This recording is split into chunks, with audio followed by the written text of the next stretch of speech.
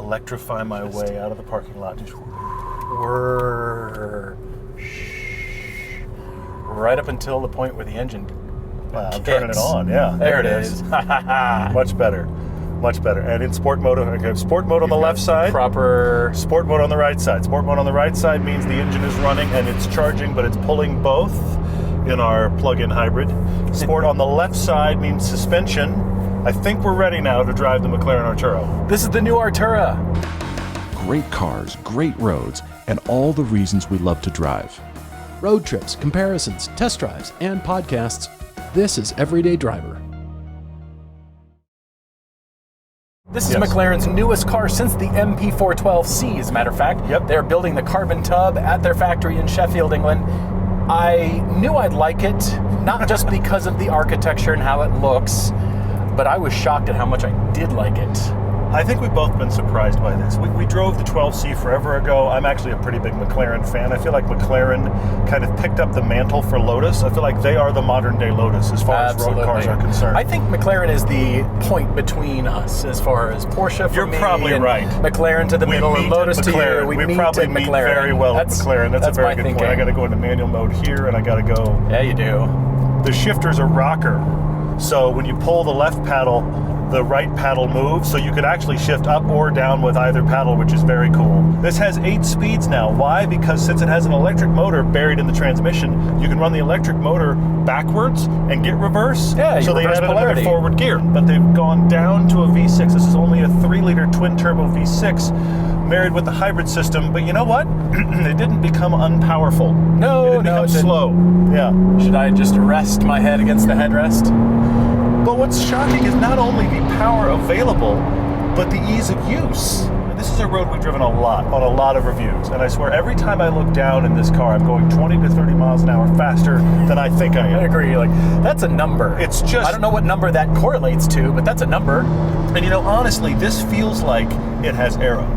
It doesn't look like it has aero, but it has that really flat, really stuck feel about it that feels like a car with aero. I mean, it's a mid-engine car, but it's very light in the front. Hydraulic assist steering. Yeah. They called it electro-hydraulic because the pump is electrically driven, but the actual assist that you're having is hydraulic, which is wonderful. You can actually hear it at a standstill. You can hear the pump, Hear the whine. Okay, I gotta get past this guy. Oh yeah, for sure.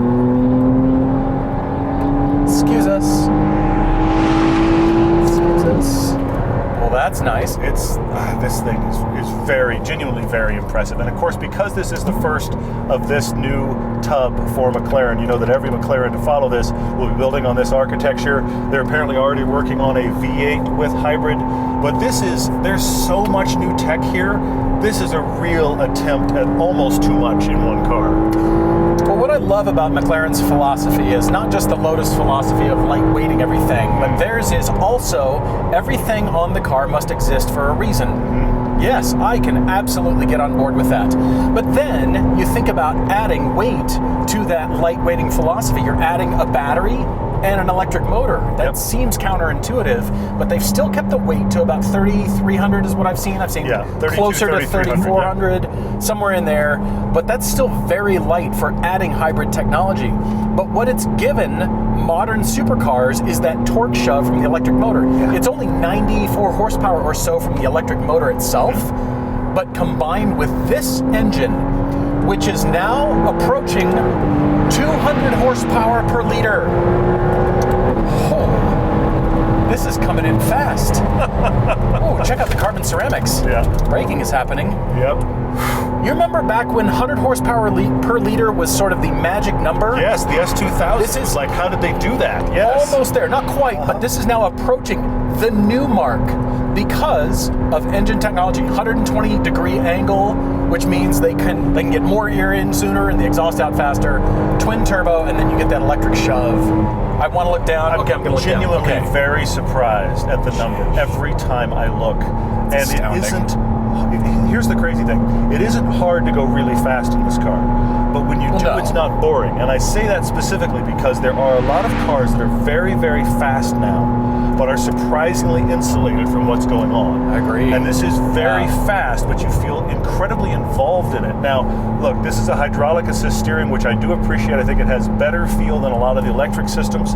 It's not miraculous. There's not an amazing amount of steering feel here. It's good. I think there's more than you're letting on. Okay. I think there's far more than you're giving it credit for. Well, here's the thing. In the modern time, this is definitely up there. You're also used to an Elise. And you're right. You cannot compare any biased. car to an Elise. You're right. That's a fair point. I think this is spectacular steering feel. All right. It's excellent. You can feel like you're pushing fluid, which is what you want. Well, and you can feel as the surfaces change. I mean, there's information here, and that is really wonderful and incredibly rare. But I'm trying to figure out if I've been in another car where the speed was this easy and yet it was still involving. And the only one I can come to, we drove it recently, GT3 RS, had that lots of speed. I can't believe that's the number. You still felt involved. But this feels a lot more exotic than that car does because, of course, that's a track car. This is an exotic street car, and it is fully exotic with the architecture. But I think maybe, for me, the biggest coup for McLaren, thank you, is the visibility. That's I can't great. remember Thank you for another suggesting car that. I've been in. I mean, of any kind, where the visibility was this good all around. I would say first-gen NSX. Yes, that's up there the too. That only also one has I can another think one of with the cockpit that is feel. I that am good. shocked. I have essentially no blind spot. I'm amazed by how good this is. I feel like I'm really starting to really appreciate McLaren's thoughtfulness here. And for the first time ever, this feels the closest to any real production car that you've felt. It doesn't feel like, the whole joke built in a shed or just kit car, bespoke thinking. It's a notch above kit car or something like that. And you know what I mean? Overalls and Woking. I understand, It really does feel spectacular. I'm back to a stop. You heard the engine actually went quiet. There isn't a park setting on this car, very interestingly. You just go to neutral and you pull the parking brake and the car understands what you're doing. I also want to say, this is kind of odd, a lot of modern technology in this, Apple CarPlay, Android Auto, all that kind of stuff. The entire binnacle moves here. There's a lot of buttons. There's an all new electrical architecture. Yes. Ethernet thing. They've had some software that, because they started over. I mean, when you Thankfully. start over with software, Thankfully. that's a lot of work. But you know what you have to do? You have to open the doors for yourself. I don't know why I'm excited about them, but I'm actually excited. Telling you, doors. It's the big wing doors, which obviously is very cool, and you open them for yourself. Dihedral is what McLaren calls them, the dihedral doors. It's a cool word attached to cool doors. Who doesn't like this? All right, we got to take a look at the styling. This is all carbon fiber. It's absolutely brilliant, and I really didn't appreciate the 570 as much. I like this so much better. I feel like it's gotten cleaner and more purposeful. Everything on here, even the rockers are hollow. They're channeled to direct air, so it's either cooling or for brakes or radiator or air intake. And then, of course, the dihedral doors make a statement. It's a party when the doors go up.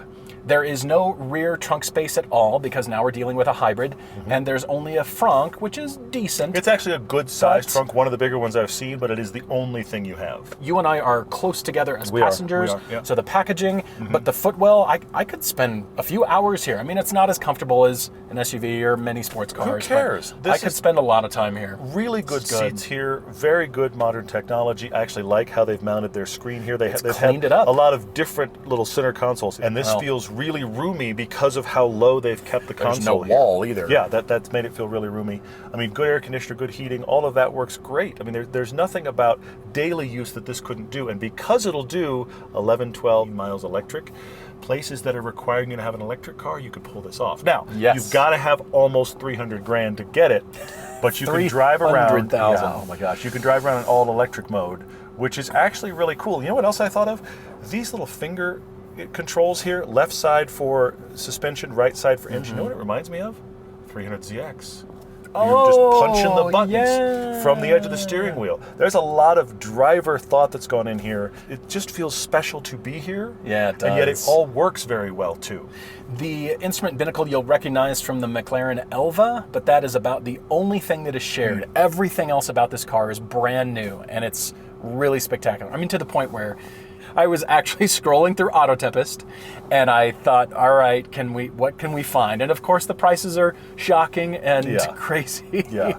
But if you're looking for a McLaren, or if you're looking for any of your sports cars, go to autotempest.com/everyday so they know that we sent you, and you can find your sports cars. You can even go to dealer inventory. They will actually refine dealer inventory to help you find your sports car. I know that maybe not all of you are shopping for Arturas. We're not all shopping Arturas, but you could look. You could shop by your budget. Yes, you can. There's sliders and all kinds of stuff. You can pick your budget, your cars. It's still fun to search, and if you search for Arturas, now they're going to know that we sent you, because it's just fun to know that this does seem like a really aspirational supercar. I mean, there's Corvettes and Porsches and really good ones, but this just, it seems like I could. Someday I could. No. It feels like that. But I can't get over how very usable it is and how very easy it is to drive while still being fun. You have to get over, you have to drive. I can't wait. All right, so dihedral doors. Yes.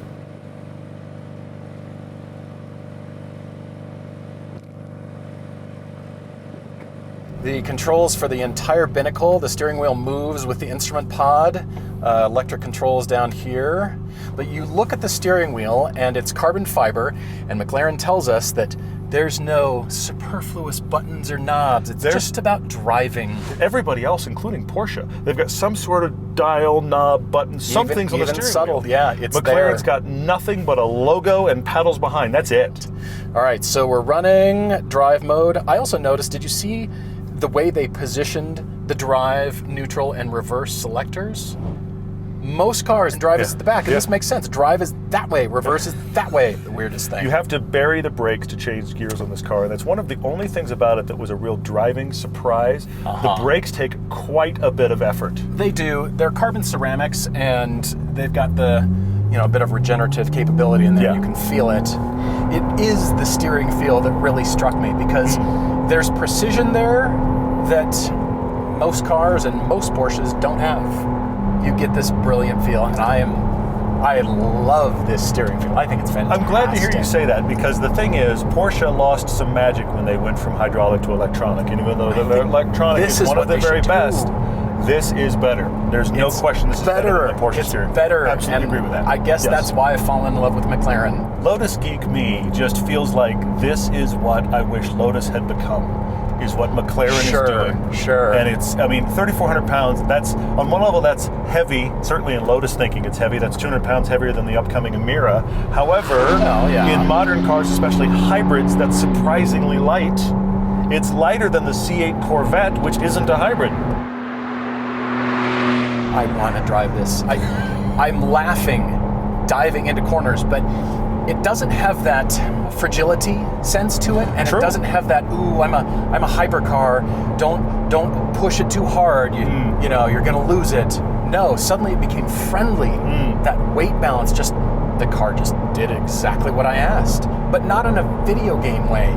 And you're right, this is what I want Porsche to become in terms of steering feel, and have this feeling of steering. Interesting. This is the direction I want to go. That's a lot for you to say. That's fascinating. It is. Okay, all right. Drive this and you think, how much more power do I need? You don't. 671, well, that's not a 1,000 horsepower electric vehicle. 0 to 60 in the mid-2s. This is a nearly 10-second, it's like a 10.2 or 10.3 drag strip car. What do you need? I need to just barely squeeze the throttle. Okay, I'm not going to squeeze the throttle, I'm going to push it. That just takes off. But then these brakes, you're right, they've got a lot to get used to, because you've got to give them there's a real force. There's real feel, force required. And then there's the bite. It's not an initial really strong bite to them. And I'd be curious to know what the brake feel is like with a standard rotor. But the thing is, the brakes on this are excellent. It's just they require more force than you first expect. The seating position is excellent. You and I both drive mid-engine cars, and we're used to them. The Lotus more so, but this is where the packaging should be. Yep, it's fascinating because it does feel like the nose is at your toes. It really does. It really feels that way. And it's a different driving experience than a Porsche. Here's the thing, our C8 that we have is a very fast car. Yes. And this is a big step up. If you put it in sport mode, and then especially in track mode, it's using torque fill from the electric motor, which means it's just ready all the time, and track mode is nearly violent with its power delivery in a great way. Like, I don't have to think. I mean, you and I know this road really well. No, but you're right. I don't have to think. There's no just internal enjoy. conversation about how should I take this corner. You just do. Guy, the seats are good. It's my understanding they take from the concept of the Senna. They are not like those seats, and they're not copycats of them, but thinly padded, but still comfortable, especially for your upper shoulders. I would happily go cross country in one of these. If McLaren would like to give us a long-term loaner, we would accept one. Because the $300,000 figure is a little out of our range, and probably out of your range. But if you are shopping $300,000 cars, I mean, let's be honest, you need to be shopping this. For the price, it looks and drives, I think, more expensive than kid me thinks. So if we put this in that category, $1 million, what? Unobtainium, $300,000 is a bargain. I see what you're doing. It's actually $289. It's not quite $300,000. What you do on the podcast, you're setting up the really difficult bars, so when you blow the budget, it doesn't feel quite so painful. That's excellent, yeah. I can just haul through these corners. It's effortless. It's really fantastic drive. It's so much fun. To be effortless and still be involving is a trick. That's a trick. That's a real that most people can't pull off. And I think this is a surprisingly usable supercar. Pack light, that's the takeaway. Pack light. And if you go fast, you can get there sooner and just buy new clothes. Buy clothes. Because you have $300,000 for a car. Buy your toothbrush. So just buy new clothes. At your destination. I love it.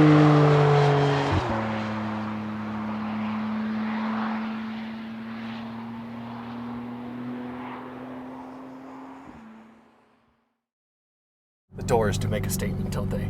You can't help it. You can't be a wallflower and pop these doors at the gas station. No. People will come to have a conversation. Who are you? What's that car? I've never seen it before. Yeah, this is not a car for the demure.